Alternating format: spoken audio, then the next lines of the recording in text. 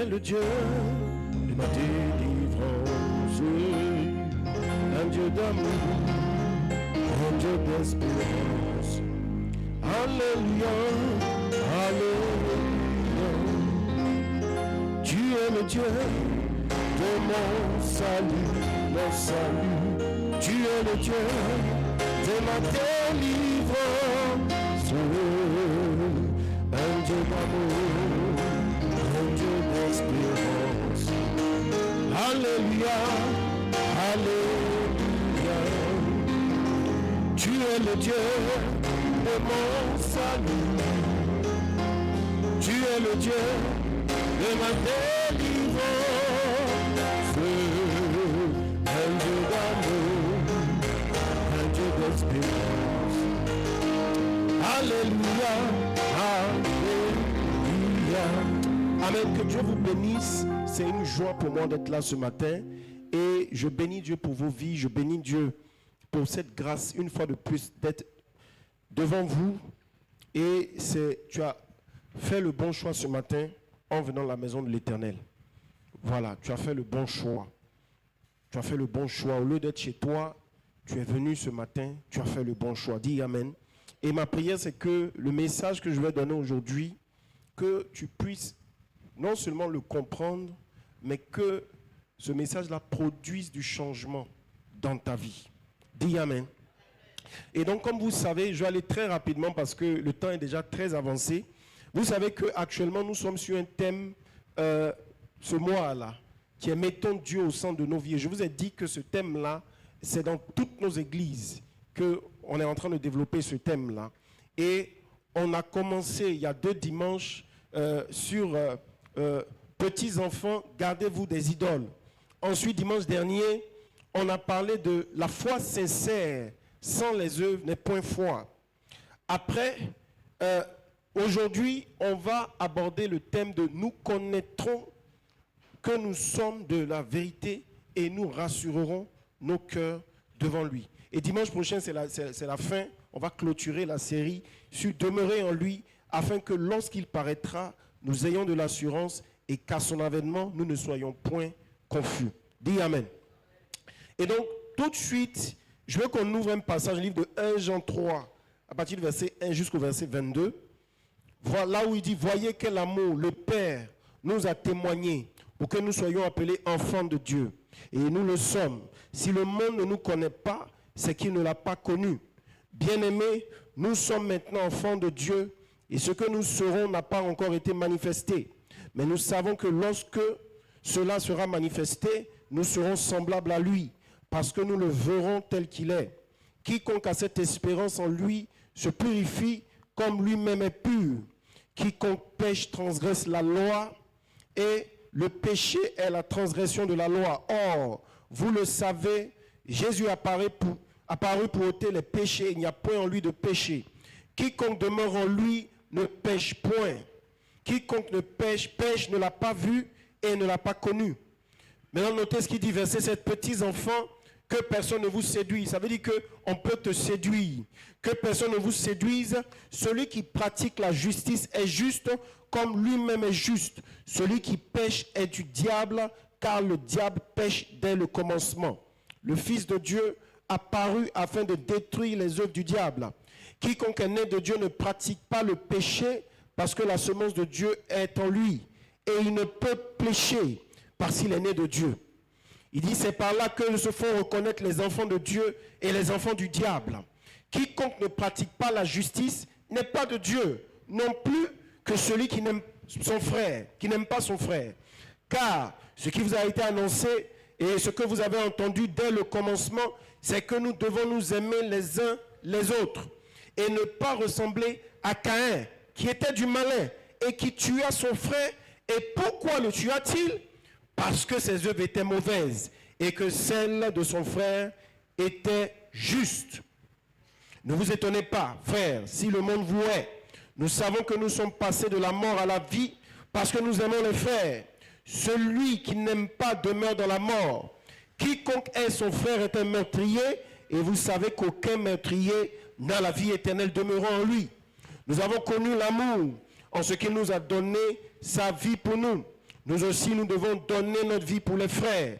Si quelqu'un possède les biens du monde et que, voyant son frère dans le besoin, il lui ferme ses entrailles, comment l'amour de Dieu demeure-t-il en lui? Petits enfants, n'aimons pas en parole et avec la langue, mais en action et avec vérité. Par là, nous connaîtrons que nous sommes de la vérité et nous rassurerons nos cœurs devant lui. Il dit, par là, nous connaîtrons que nous sommes de la vérité et nous rassurerons nos cœurs devant lui. Car si notre cœur nous condamne, Dieu est plus grand que notre cœur et il connaît toutes choses. Bien-aimés, si notre cœur ne nous condamne pas, nous avons de l'assurance devant Dieu. Quoi que ce soit que nous demandions, nous le recevons de lui, parce que nous gardons ses commandements et que nous faisons ce qui lui est agréable. Est-ce que tu peux acclamer Jésus pour sa parole? Maintenant, regardez, dans le livre de Osée 4, on n'a pas le temps de lire. Après, si tu as le temps, tu peux lire de verset 7 jusqu'au verset 17. Je vais lire à partir du verset 15. Il dit, si tu te livres à la prostitution, ô Israël, que Juda ne se rende pas coupable. N'allez pas à Gilgal, ne montez pas à Beth-Aven et ne jurez pas. L'Éternel est vivant, parce qu'Israël se révolte comme une génisse indomptable. Maintenant, l'Éternel le fera paître comme un agneau dans de vastes plaines. Éphraïm est attaché aux idoles, laisse-le. À peine ont-ils cessé de boire, qu'ils se livrent à la prostitution. Leurs chefs sont à vie d'ignominie. Le vent les enveloppa de ses ailes et ils auront honte de leur sacrifice.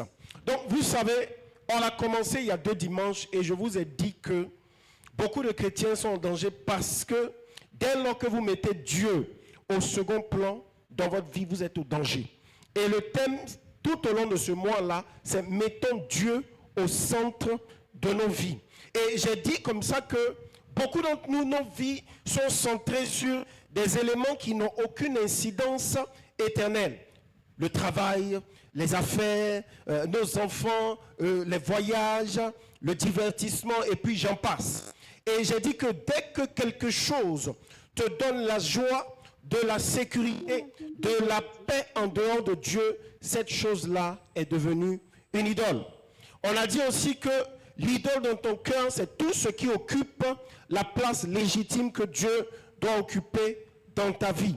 Parce que la Bible déclare, il est écrit dans le livre de Deutéronome 6, à partir du verset 5, « Tu aimeras l'Éternel ton Dieu de tout ton cœur, de toute ton âme et de toute ta force. » Et un peu plus loin, dans le verset 13, il est écrit, « Tu craindras l'Éternel, là, ton Dieu, tu le serviras et tu jureras par son nom. » Ce qui sous-entend donc que le Seigneur a pris toute la place et donc il n'y a plus rien d'autre pour le reste. Je vous ai donné un cas d'école, le cas de l'extermination du culte de Baal en Israël, où dans le livre de 2 Rois 10, à partir du verset 25 au verset 28, on a vu que tous les adorateurs de Baal étaient assemblés dans le temple de Baal et qu'une fois le temple rempli, Jéhu ordonna aux soldats de tuer tout le monde sans laisser un seul survivant. Ils ont abattu les statues, ils ont brûlé les poteaux sacrés et ils ont détruit entièrement le temple de Baal. Et finalement, dans le verset 10, la Bible dit que le temple est devenu des latrines. Dans le 2 Rois 10, chapitre 10, verset 27, la Bible dit qu'on renversa la statue de Baal, on démolit le temple de Baal et l'on en fit des latrines, c'est-à-dire le WC, qui ont subsisté jusqu'à ce jour. Et on a dit donc, l'idole dans ton cœur là, c'est un déchet spirituel là, et c'est ce qui fait que ça ne va pas dans ta vie parce que ça attire tout simplement l'ennemi. Dis Amen. Dimanche dernier, on a parlé de la substance. On a dit que Dieu veut toute la place dans ta vie. Et non seulement il veut toute la place dans ta vie, il veut toute la place dans ta marche avec lui, dans ta pratique de ce que j'appelle la chrétienté. Et j'ai dit donc que la foi sincère sans les œuvres n'est point foi. La foi est l'évidence ou l'assurance d'une espérance.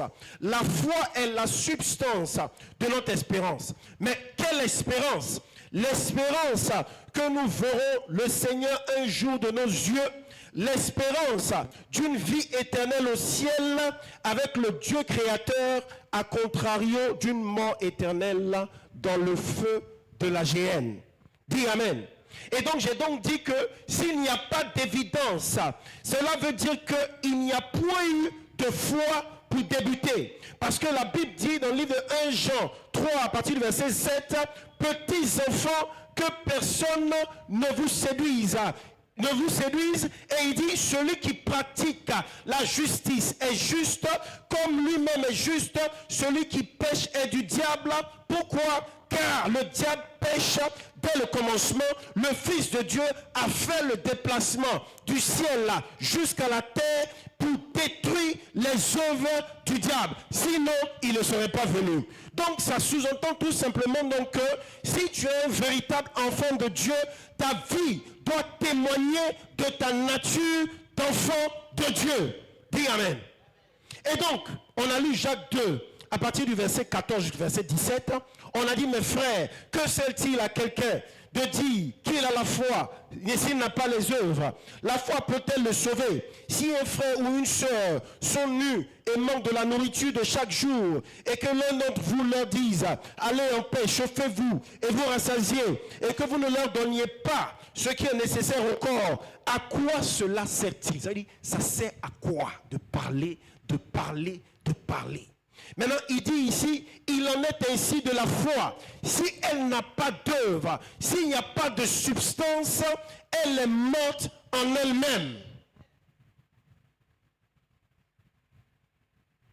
Donc, on a dit donc que tu es un enfant de Dieu, mais ta vie et tes actes ne justifient pas la raison pour laquelle tu es un enfant de Dieu. On va te libérer. Parce qu'il y a d'autres qui auront aimé entendre ce que tu entends, qui auraient aimé expérimenter ce que tu expérimentes, mais ils sont sur le banc de touche et toi tu es sur le terrain et tu n'es pas en train de faire ce pourquoi on t'a mis sur le terrain. On a donné l'exemple de Corneille dans le livre de Actes des Apôtres au chapitre 10, qui ne connaissait pas Dieu, mais Corneille avait de la substance. Ils lui ont fait sauter les étapes là, tout simplement parce que Corneille portait déjà sa croix. Mais beaucoup prétendent connaître Dieu, mais ils ne portent aucune croix. Beaucoup prétendent connaître Dieu, mais ils n'ont pas de substance. Vous savez, moi, j'emploie des gens et j'ai constaté que dans mon travail, généralement, les musulmans, là, quand tu les emploies, ils sont mieux que les chrétiens. Oui. Moi, j'ai eu une fois où on a recruté des gens dans l'église. On dit iWalk, on a pris peut-être 3 ou 4 personnes dans l'église, mais ils sont venus dans l'entreprise pour faire du n'importe quoi. Ils ont créé un groupe WhatsApp et puis ils ont commencé à critiquer dans l'entreprise. Des chrétiens qui sont dans l'église. Des chrétiens. Et pendant que dans la même entreprise, j'ai des musulmans, mais lui, quand tu le vois, tu as l'impression que c'est lui qui devait être le chrétien et puis c'est le chrétien qui devait être le musulman. C'est totalement différent. C'est comme le jour et la nuit. Et donc, on a dit donc que la foi sans les œuvres est morte. La foi sans la pureté est morte. La foi sans la sanctification est morte. La foi sans la sainteté n'est point foi. C'est une illusion de foi. On a dit la foi sans la sainteté n'est point foi, c'est un mensonge. La foi sans la transformation du cœur, c'est du théâtre. La vie chrétienne sans renoncement, c'est un cirque. Le chrétien sans la sainteté que produit la foi sincère, c'est un personnage religieux qui cherche à éviter l'enfer sans ressembler au ciel. Et donc on a terminé en disant que la porte ne sera pas toujours ouverte. Un jour, le Seigneur qui a créé le ciel et la terre, il fermera cette porte et pour beaucoup, ce sera déjà trop tard. En finissant, dimanche dernier, je vous ai donné l'exemple de la dame, femme de pasteur. Là. Et il y a un autre exemple. Il y a un autre exemple. L'exemple là, c'est un homme, un jeune homme. Il y a un pasteur qui était en train de parler de son histoire. Il est rentré à l'église très jeune et puis il a donné sa vie à Jésus très jeune. Donc, il a reçu le baptême du Saint-Esprit, parle en d'autres langues, et puis il a commencé à exercer dans l'église, grandir.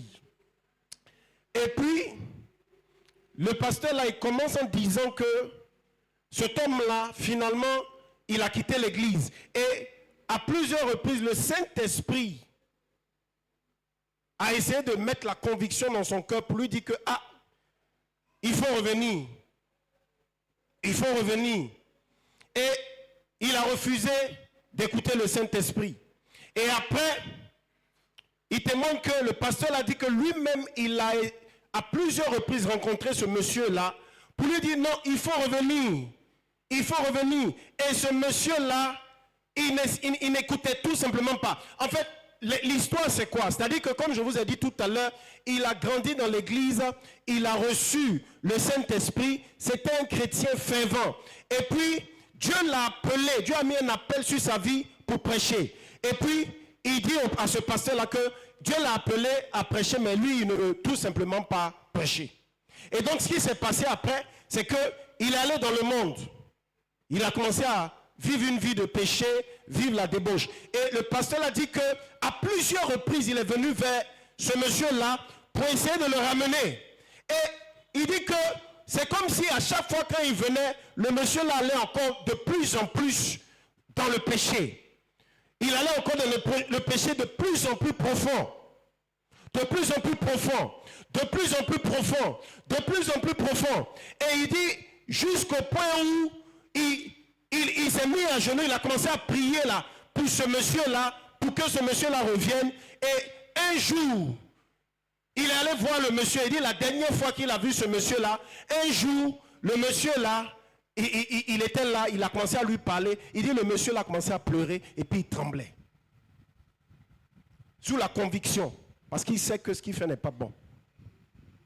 Et donc, il a continué à prier pour lui. Et il dit que il a prié, il dit pendant 15 ans, il a cherché à ramener ce monsieur-là dans la communion avec Dieu. 15 ans.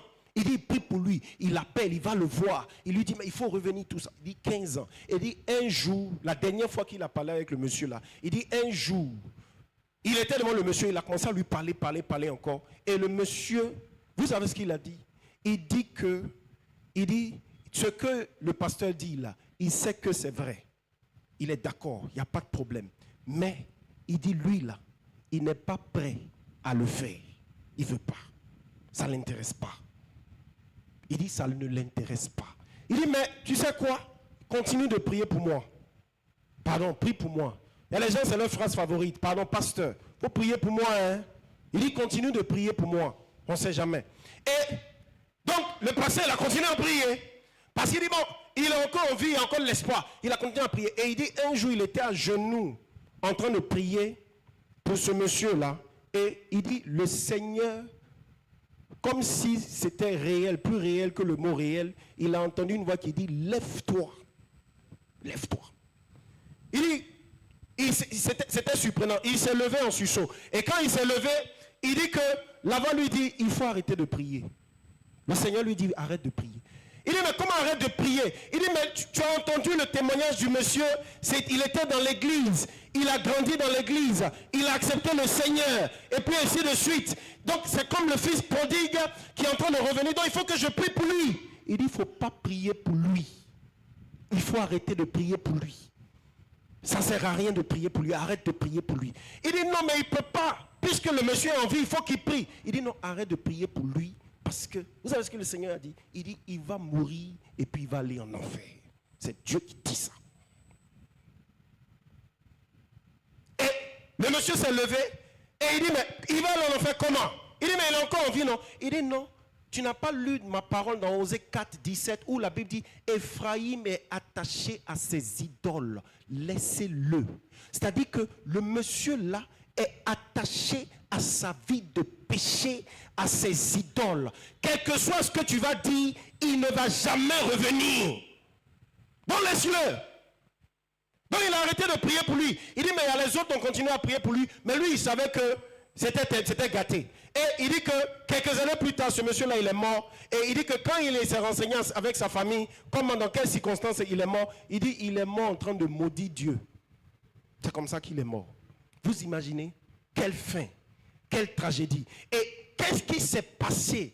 Qu'est-ce qui a raté? Le monsieur-là, il était un enfant de Dieu. Mais qu'est-ce qui s'est passé?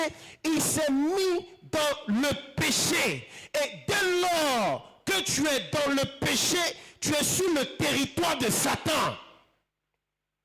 Et dès lors que tu es sur le territoire de Satan, tu ouvres un boulevard. Mais ce qui va se passer, c'est que Satan, il vient pour dérober, pour égorger, pour détruire. Il dit le voleur ne vient que pour dérober, égorger et détruire. Mais moi, je suis venu afin que mes brebis aient la vie et qu'elle ait en abondance. Le travail de Satan, c'est la destruction.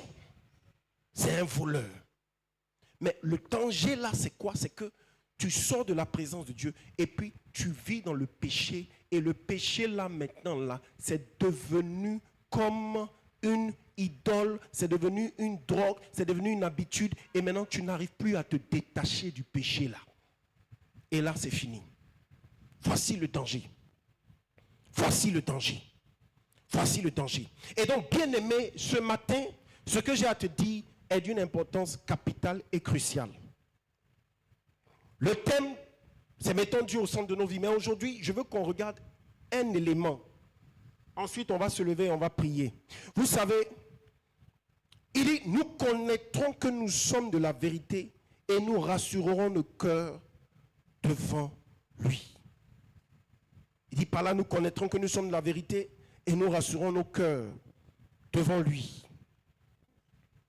Je vous ai dit que, je vous ai expliqué que, en tant qu'enfant de Dieu, le ciel ne va pas t'évaluer principalement sur ce que tu affirmes être, mais plutôt sur le témoignage concret et visible de ta marche avec le Seigneur.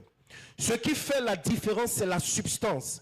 C'est la substance qui constitue la preuve réelle que tu es véritablement un enfant de Dieu. Aujourd'hui, je vais vous faire comprendre les enjeux de cette réalité-là, et pour que vous puissiez voir pourquoi il est essentiel et urgent pour vous de développer de la substance.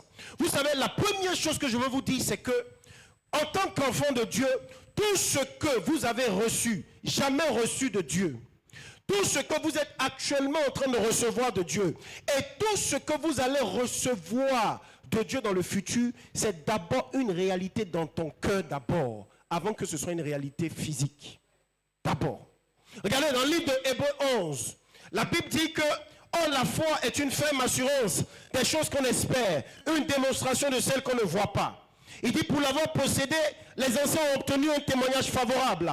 C'est par la foi que nous reconnaissons que le monde a été formé par la parole de Dieu, en sorte que ce qu'on voit n'a pas été fait de choses visibles. C'est par la foi qu'Abel offrit à Dieu un sacrifice plus excellent que celui de Caïn. C'est par elle qu'il fut déclaré juste, Dieu approuvant ses offrandes.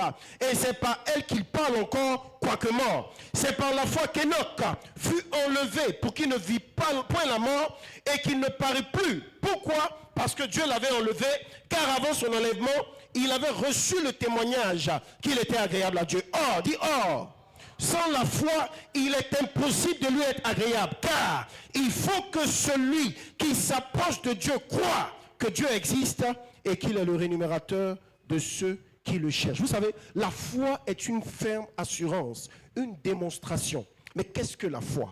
La foi, c'est tout simplement la preuve visible d'une réalité qui est invisible.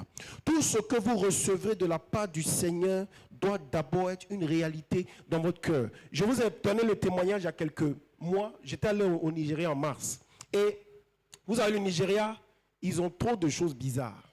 Parce qu'à chaque fois quand je vais là-bas, on me harcèle à l'aéroport. Une fois, je suis rentré avec, je ne sais pas, des billets de banque là-bas, dans l'aéroport. Quand je suis sorti, je n'avais plus rien sur moi.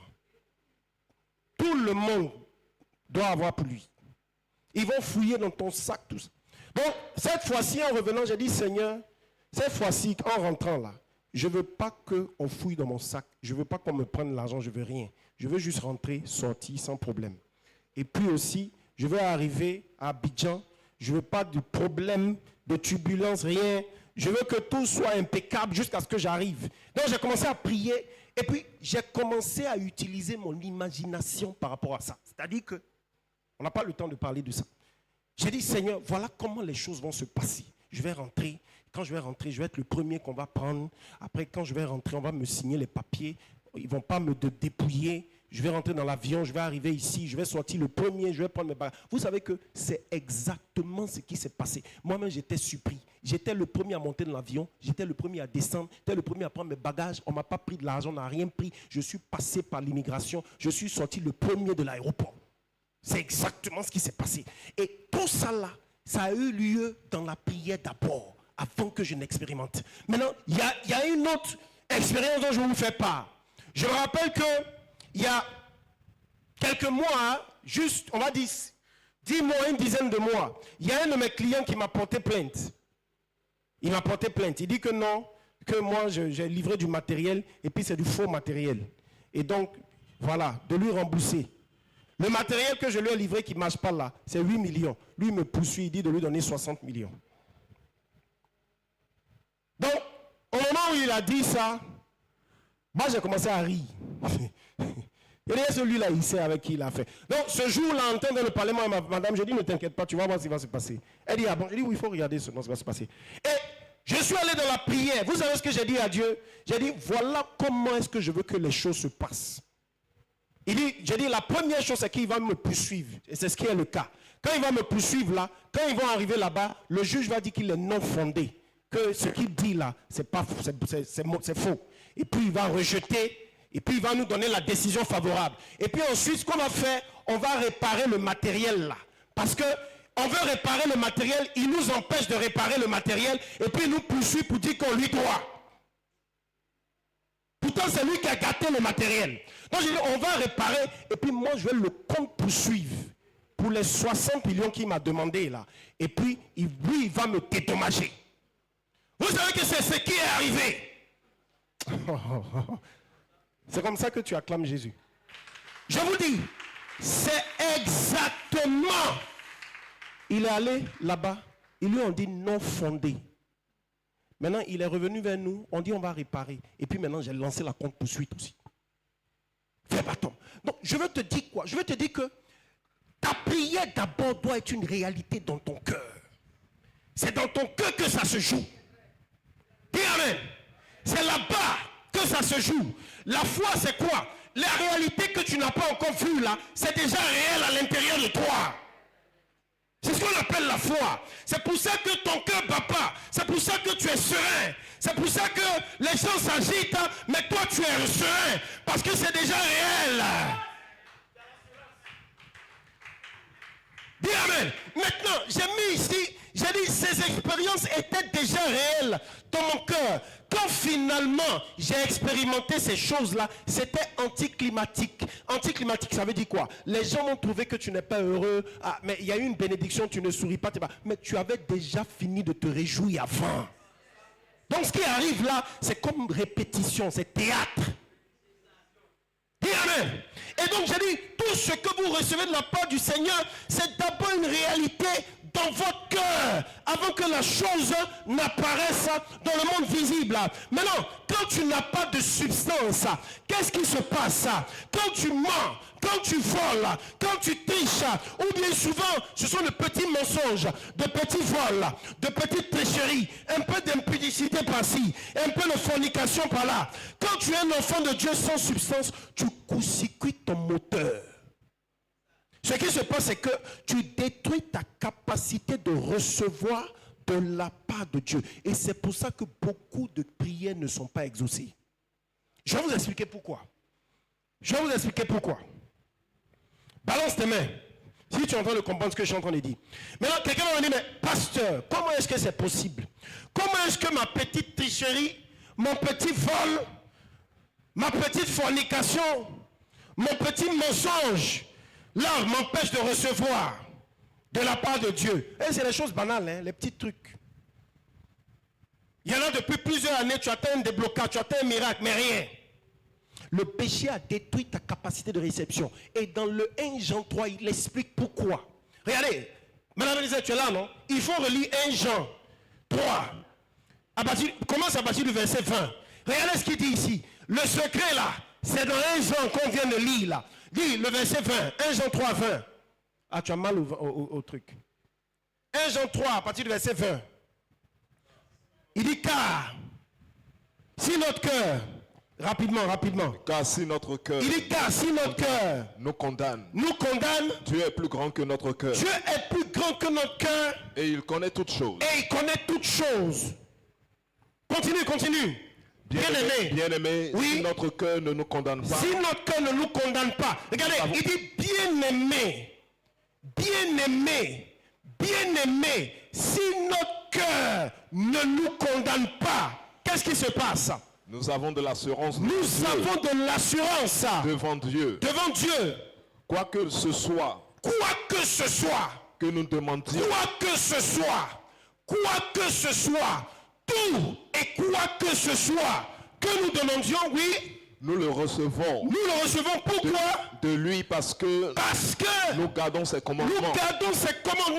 Et que nous faisons ce qui lui est agréable. Est-ce que tu peux acclamer le Seigneur? Regardez, il dit quoi que ce soit que nous demandions, nous le recevons de lui. Pourquoi? Parce que nous gardons ses commandements et que nous faisons ce qui lui est agréable. Note au départ, verset 21, il dit si notre cœur ne nous condamne pas, nous avons de l'assurance. Vous savez, quoi que ce soit veut dire quoi? Ce que tu désires, ce que tu souhaites, ce que tu demandes, ce que tu veux, ce qui constitue le désir profond de ton cœur. Quoi que ce soit veut dire tout ce dont j'ai besoin. Quoi que ce soit veut dire tout ce que je demande. Quoi que ce soit veut dire quelle que soit la chose que je désire. Quoi que ce soit veut dire peu importe la chose. Cela veut donc dire que si je demande quelque chose à Dieu et que je suis convaincu que cette chose-là est selon sa volonté pour ma vie, et si je ne suis pas en train d'avoir cette chose, où est-ce que je dois aller regarder? Où est-ce que je dois aller regarder? Où est-ce que je dois aller regarder? Dans mon cœur. Je dois regarder dans mon cœur. Et qu'est-ce qui fait que beaucoup de prières ne sont pas exaucées? Parce que beaucoup d'enfants de Dieu ne reçoivent pas de la part de Dieu parce qu'il y a un problème dans le cœur. Le problème dans le cœur là, c'est le vol, c'est le mensonge, c'est la tricherie, c'est l'impudicité. Ce sont des éléments qui sont dans ton cœur et puis qui polluent ton cœur. Ça fait que tu ne peux pas recevoir. Regardez, vous avez dit que, ah mais pasteur, je ne vois pas encore le lien. Regardez, dans le livre de Matthieu 15, à partir du verset 10 jusqu'au verset 20, s'il te plaît, il faut lire ça. Matthieu 15, 10. On a quasiment fini, hein? Dans 10 minutes on a fini. Matthieu 15, 10. Il dit, ayant appelé à lui la foule, il lui dit, écoutez et comprenez. Ce n'est pas ce qui entre dans la bouche qui souille l'homme. Mais ce qui sort de la bouche. C'est ce qui souille l'homme. Vous savez, à la fin de la prédication aujourd'hui, on va se lever et puis on va prier. Il faut que tu fasses la vidange. Oui, il faut que tu te nettoies. Il faut que tu fasses la vidange. À un moment, il faut que tu sois fatigué. Tu ne peux pas vivre une vie spirituelle qui stagne. Il n'y a pas de miraculeux dans ta vie. Ça fait que ça décourage. Et puis tu as envie de partir. Tu viens à l'église et ta vie est la même. Il n'y a pas de baissée. Il n'y a pas de bénédiction. En 2020 et 2021, c'est idem. 2021, 2022, même chose. 2022, 2023, même chose. 2023, 2024, même chose. 2024, 2025, même chose. Mais il y a un problème. Continue. Alors ses disciples s'approchaient de lui. Allons-y. Sais-tu que les pharisiens ont été scandalisés des paroles qu'ils ont entendues? Il répondit, toute plante que n'a pas plantée mon Père céleste sera déracinée. Laissez-les. Laissez-les. Les aveugles qui conduisent des aveugles. Les aveugles qui conduisent des aveugles. Si un aveugle conduit un aveugle, oui, tomberont tous deux dans une fosse. Dans une fosse. Pierre, prenant la parole, lui dit. Il lui dit. Explique-nous cette parabole. Oui. Et Jésus dit. Vous aussi, vous êtes encore sans intelligence. Il dit que vous ne comprenez pas tout ce qui s'est passé là. Vous ne comprenez toujours pas. Ne comprenez-vous pas que tout ce qui entre dans la bouche ne comprenez-vous pas que tout ce qui entre dans la bouche va dans le ventre, est jeté dans le lieu secret. Oui. Mais ce qui sort de la bouche vient du cœur. Ce qui sort de la bouche vient du cœur. Tout ce qui sort de ta bouche, ça vient de ton cœur. Donc quand tu ouvres la bouche et tu mens, il y a le mensonge dans ton cœur. Quand tu voles, il y a le vol dans ton cœur. Quand tu triches, il y a la tricherie dans ton cœur. C'est là-bas ça quitte. Oui. Et c'est ce qui souille. Et c'est ce qui souille l'homme. Car c'est du cœur. Car c'est du cœur. Car c'est du cœur que viennent les mauvaises pensées, les meurtres, les adultères, les impudicités, les vols, les faux témoignages, les calomnies. Voilà les choses qui souillent l'homme. Mais manger sans s'être lavé les mains. Sans se laver les mains, cela ne souille pas l'homme. Vous savez, j'ai dit, un chrétien sans substance, menteur, fornicateur, voleur, il ne recevra pas de la part du Seigneur à cause de ce qui se passe dans son cœur. En fait, il est en train de violer la loi de sa conscience tous les jours. Et dans 1 Jean 3, 21-22 qu'on a lu, on a dit, bien aimé, si notre cœur ne nous condamne pas, nous avons de l'assurance devant Dieu. Combien d'entre nous ici, on a l'assurance quand on vient dans le lieu de la prière? Il dit, quoi que ce soit que nous demandions, nous le recevons de lui. Parce que nous gardons ses commandements et que nous faisons ce qui lui est agréable. Et quand tu vas dans le livre de Jacques 1, à partir du verset 22, il dit, mettez en pratique la parole et ne vous bornez pas à l'écouter en vous trompant vous-même par de faux raisonnements. Là, je vais rentrer dans mon dernier argument et on va terminer. Vous savez, bâtir ta confiance en l'Éternel, ça prend du temps. Oui, ça prend du temps. Ce n'est pas quelque chose qui se fait du jour au lendemain. Ça prend du temps. Quand tu pêches et tu te repens, le Seigneur, il va te pardonner. Parce qu'il dit, il est fidèle et juste pour vous les pardonner ou pour vous purifier de toute iniquité. Mais ta conscience te condamne. Il y en a qui disent, ils disent des choses, ils ne respectent pas ce qu'ils ont dit. À chaque fois que tu dis quelque chose, tu prends un engagement, tu mens. En fait, ce que tu fais, tu es en train de détruire ta conviction. Parce que tu ne respectes pas ta parole. Donc, au moment où tu viens demander quelque chose au Seigneur, toi-même, tu ne respectes pas ce que tu dis. Donc, tu vas te dire que ce que Dieu a dit là, dans sa parole là, il ne va pas faire. Parce que toi-même, quand tu dis, tu ne fais pas. Donc, ça fait que tu te dis que le Seigneur aussi là, si lui, il ne fait pas, le diable vient te dire, mais, et s'il ne fait pas? Pourquoi? Parce que toi, quand tu parles, tu ne fais pas. Tu mens. Dis amen. Dis amen. Maintenant, j'ai dit, c'est comme un maçon qui prend une brique. Il pose ça sur une autre brique. Ensuite, il détruit la brique. Après, il prend une autre brique. Il met sur la brique. Et puis, il détruit encore. Donc, dans un geste, il construit. Et puis, dans un autre geste, il détruit. Un autre geste, il construit encore. Et puis, un autre geste, il détruit. Quand tu parles, tu dois parler avec intégrité. Quand tu agis, tu dois agir avec cohérence. Si dans tes paroles, tu construis, mais dans tes actes, tu détruis, ton témoignage devient contradictoire. Dieu ne cherche pas seulement des mots, mais il cherche une vie qui est alignée avec les mots. C'est comme bâtir une maison. Je dis, si tu poses une brique, mais tu en retires deux, tu n'avanceras jamais dans la construction.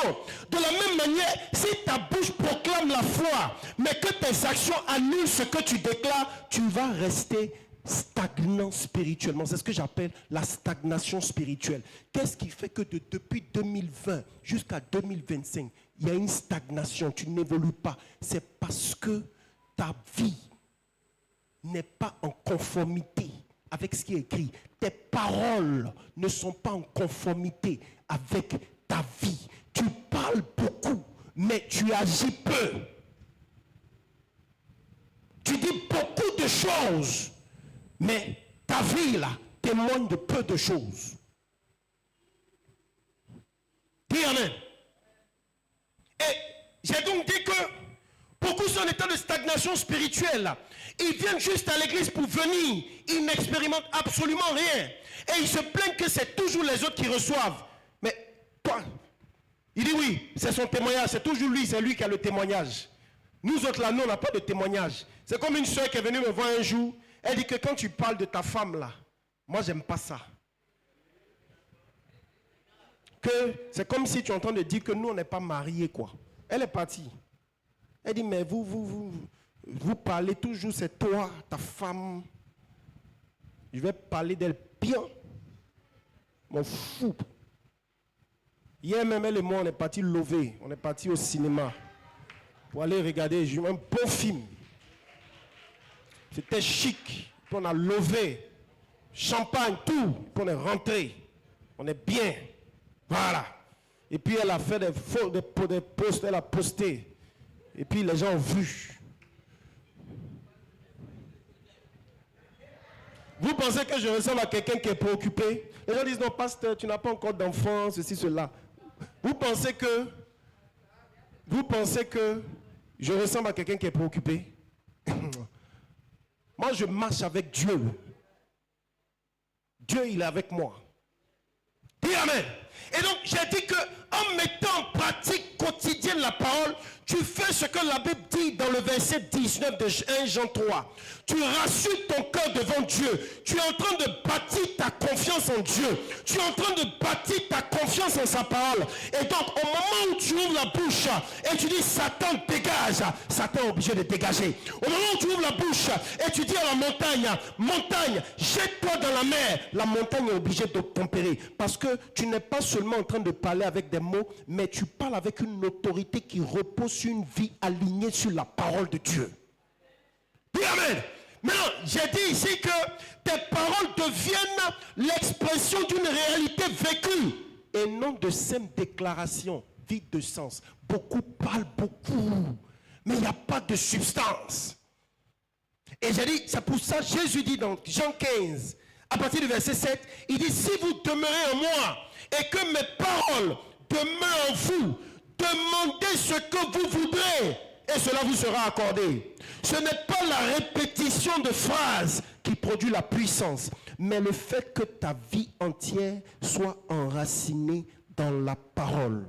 Quand ton cœur est rassuré, ta conscience est claire devant Dieu, ton autorité spirituelle est réelle et tes paroles sont avec la puissance pour produire des résultats. Est-ce que tu peux acclamer Jésus? Lève-toi. Vous savez, on va prier. Ce que je vous ai dit là, si tu veux, il faut faire. Si tu veux, il ne faut pas faire. Mais moi, je vais vous dire quelque chose. Si vous voulez voir Dieu, il faut vous mettre dans les bonnes dispositions. Si vraiment tu es fatigué de ta vie et tu veux voir Dieu, tu dis, je veux voir, je veux expérimenter Dieu. Je suis fatigué de parler, je veux l'expérience. Je veux l'expérience. C'est beau de parler, mais je veux l'expérience. Bien-aimé, il faut que tu commences à faire des efforts. Des efforts. Et ce qui est terrible, c'est que beaucoup n'ont même pas encore commencé le processus. Pourtant, la marche chrétienne, c'est une construction qui se fait étape par étape, brique par brique, situation après situation. Chaque petite victoire sur les compromis, chaque refus de céder aux petits mensonges, chaque décision de rejeter la calomnie, c'est une pierre que tu as posée dans l'édifice de ton caractère spirituel. C'est précisément dans ces détails de la vie quotidienne que ta véritable substance doit apparaître. Ce n'est pas dans des grandes proclamations publiques ou bien dans des choix. On est là, on dit oui, voilà, voilà. Mais c'est les décisions intérieures, les choix cachés. C'est là que se révèle l'authenticité de ta marche avec le Seigneur. Commence à prier. Ferme tes yeux, commence à prier. Commence à prier, commence à prier. Commence à prier. Commence à prier. Commence à renoncer. Tu dois être un chrétien exemplaire. Tu dois être un chrétien exemplaire. Jésus dit, si le sel perd sa saveur, à quoi le reconnaîtra-t-on? Ta vie doit être un témoignage. Les gens doivent voir Jésus quand ils te voient. Tu dois être quelqu'un qui n'est pas prêt à te compromettre. Quand tu parles, c'est la vérité, c'est l'intégrité. Les gens ont peur de t'approcher parce que celle-là, celui-là, là, on ne peut pas s'amuser avec lui. Hein? Non. Il ne fait pas ce genre de choses-là. Commence à prier, Prie. Quand tu vas commencer à faire ça, au moment où tu vas ouvrir la bouche, l'enfer va trembler. Le ciel va se mouvoir. Parce que tes paroles, ce ne sont plus des paroles vides. Ce sont des paroles de puissance. Des paroles qui viennent avec la force. Des paroles crédibles. Parce que ta vie est crédible. Ta marche avec Dieu est crédible.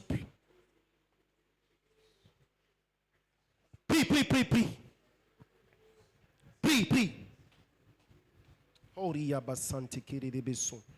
C'est vers toi que je me tourne.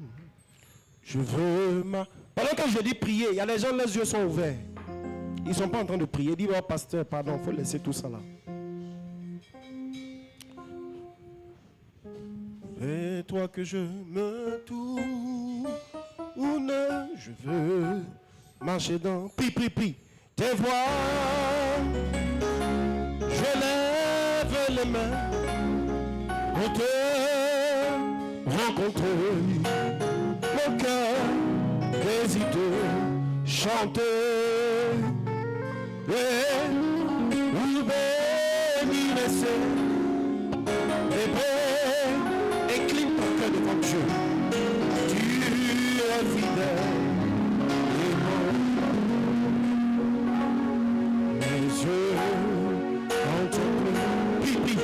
Ta gloire,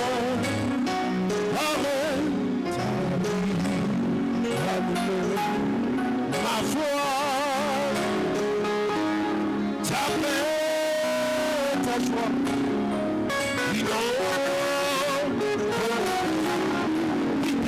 toi seul, est tout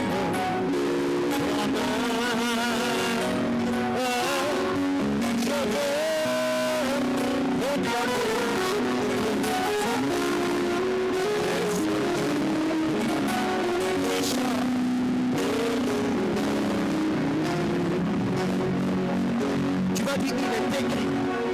il est écrit, bien-aimé, si notre cœur ne nous condamne pas, nous avons de l'assurance devant Dieu. Quoi que ce soit que nous demandions, nous le recevons de lui, parce que nous gardons ses commandements et que nous faisons ce qui lui est agréable. Tu vas dire, il est écrit, mettez en pratique la parole et ne vous bornez pas à l'écouter en vous trompant vous-même par de faux raisonnements. Tu vas dire, il est écrit, si vous demeurez en moi et que mes paroles demeurent en vous, demandez ce que vous voudrez et cela vous sera accordé. Tu vas dire, il est écrit, je sais ta parole dans mon cœur afin de ne pas pécher contre toi. Tu vas dire, au nom de Jésus, au nom de Jésus, dis au nom de Jésus, Seigneur, je viens devant toi aujourd'hui avec un cœur sincère. Aide-moi à bâtir ma vie sur ta parole, pierre après pierre, brique par brique, sans compromis. Fortifie mon caractère. Délivre-moi de toute pollution du cœur. Que ma marche soit un témoignage vivant et que ma confiance en toi soit affermie. Dis Seigneur, que mes paroles et mes prières portent du fruit parce qu'elles reposent sur une vie intègre en Jésus. Au nom de Jésus. Tu vas dire au nom de Jésus, je déclare que ma vie est bâtie sur le roc de la parole et non sur le sable du compromis. Dis, je confesse que la vérité habite dans mon cœur et dans ma bouche. Dis, je rejette toute forme de mensonge et toute forme de calomnie. Dis, au nom de Jésus, je proclame que mon cœur est en paix devant Dieu et mes prières sont exaucées selon sa volonté. Dis, au nom de Jésus, j'affirme que je suis un véritable enfant de Dieu, conduit par le Saint-Esprit et manifestant la vie et le caractère de Jésus. Commence à remercier Dieu. La Sainte Seine.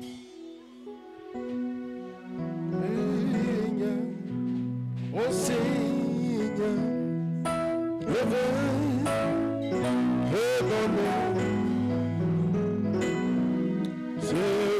Seigneur, oh Seigneur.